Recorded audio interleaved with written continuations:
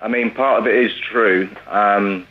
What's happened is because of the problem, I've been on different types of medication to try and relieve the problem.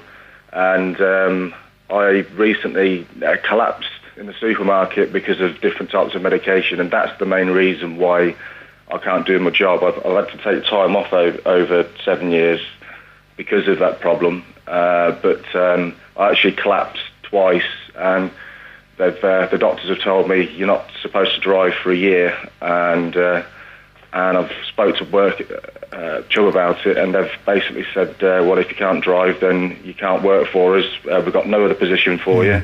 I've offered to do different types of job, and they've said, no, it's not good enough. We're going to terminate your contract, and you only get 10 weeks pay for the 10 years. Richard, help me with this. How did this go from you collapsing in a supermarket to having problems downstairs for 7 years? Well, I had a panic attack, so I went to the doctors to get some medication to stop having panic attacks, and I'm one in every 30,000 people that has an adverse effect to the medication, and that was it. And it was actually a problem for 5 days without remedying itself. I went to the doctors, told him, and he just laughed at me and said, yeah, I'll take these pills instead. So how have the Sun got the headline, Dick fears sack over 7-year erection?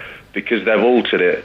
What I actually told them was, I mean, I didn't ask them to put that headline in. I mean, it's just going to sell the story, though, isn't it? Well, I do a lot of stories for The Sun. I've got headlines all over the place over the years, and I get paid very well for them. Did you get paid for this story? I've not been paid for it yet, no, but when you say very well, I wouldn't actually call it very well. I was just trying to basically tell a story about unfair dismissal, really, which is I think that's well, there's nothing about that in it, is there? Well, sorry, say that again. There's nothing about that in the article, is there? Exactly that, yeah. They picked up on a different story, because I said I've had different problems over the years, and they said, well, tell me about your problems, and that was one of them, and they emphasised on that.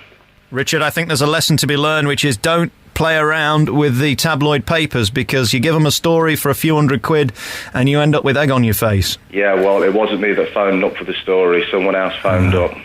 Right, OK. Well, listen, thank you very much for setting the story straight, and thanks for coming on the programme. I really, really appreciate it. Okay. And I wish you well in the future. Yeah, OK. Cheers. Ta-da, Richard. All right, bye.